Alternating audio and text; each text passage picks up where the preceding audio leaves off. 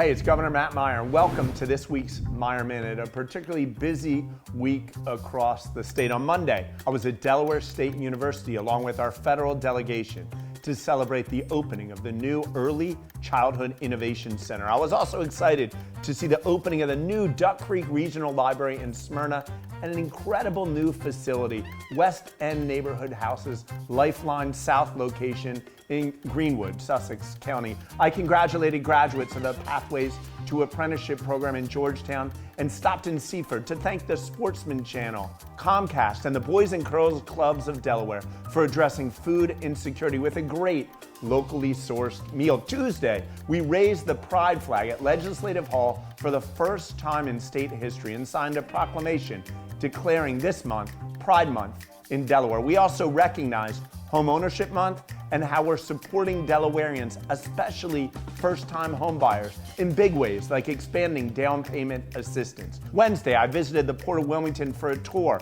and to meet with workers. More and more companies are choosing our port every day thanks to consistent services and commitment to smart expansion. That night, I congratulated another group of graduates from Free Air Charter School and spoke to young world travelers at the YMCA Global Teens program. It was great to exchange stories with these young Delawareans about the time we both spent in Kenya, though a few decades apart. Thursday, I was a panelist for Delaware's Bench and Bar Conference, celebrating the heroes, the graduates a long time ago of Hockessin School 107C. We also celebrated the 250th anniversary of the Army, Navy, and Marines. Thank you to all those who have served and continue to serve our community and our country. I then welcomed foreign leaders visiting our state, including the Barbados ambassador to the United States, Ambassador Fernandez, and members of the Taiwanese delegation from Washington. I met with